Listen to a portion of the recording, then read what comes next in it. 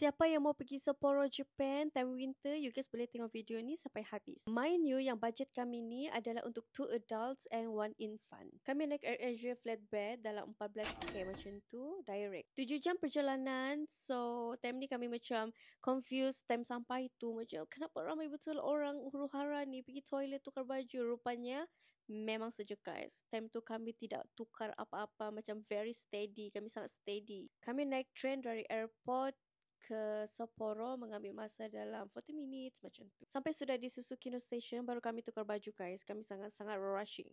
Macam biasa guys, kalau naik train kamu kena pakai kad Suica. Kamu boleh attach juga Suica tu dekat Apple Wallet. Senanglah nanti kalau kamu mau bayar apa-apa. Huru-hara dengan anak meragam lagi, jadi kami ambil taksi ke Airbnb. Malam ni sudah sampai Airbnb, kami betul-betul penat guys. So ini Airbnb kami sangat-sangat comfortable, sangat-sangat cozy. Dia di tengah-tengah city tapi tidak terlalu tengah-tengah, faham ke? So tempat ni dia tidak crowded. Sini agak susah cari makanan halal, so you guys kena pandai-pandai lah cari, okay? Jalan punya jalan kami memang ada jumpa makanan halal di area Susukino ni, dekat je dari kami punya Airbnb. Makanan dia tu okay juga, boleh ditelan lah.